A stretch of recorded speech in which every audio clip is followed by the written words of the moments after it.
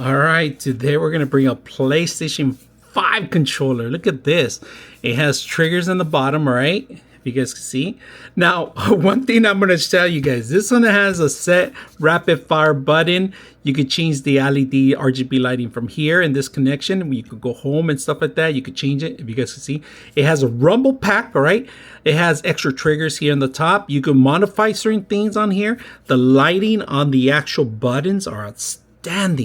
The grip itself is really handy. It does have an audio connection for your audio here. Two connections, two buttons in the back. Like I said, not a lot of PlayStations have those buttons. These are trigger ones too. You got Type C to charge it, and the same button that you have on the PlayStation 5 controller. Analog sticks. All right, home button. You got your turbo button. This is a button that I don't recommend you playing against me with this button. Simple as that, right? And then on and off button, of course. You got your option button and the rest of the stuff. This is easy to adjust and program. All you got to do is plug it in. That's pretty much it. And it'll pick up on your PlayStation 5 as a new controller. So you do need to charge it. It takes charge.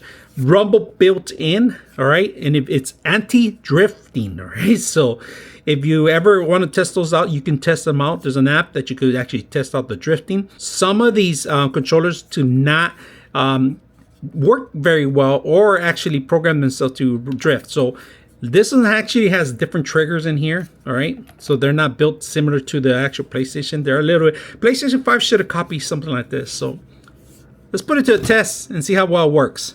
To connect it, all you got to do is get the cable, the USB Type C that they give you to it. Turn it on, and you see it.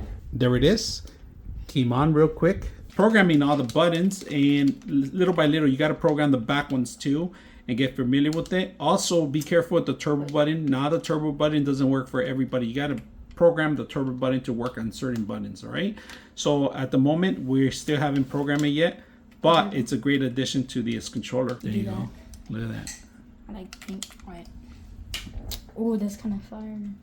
So if you have somebody that's not a very good player, this controller is gonna make you really good because this guy needs it. It doesn't make a difference. So.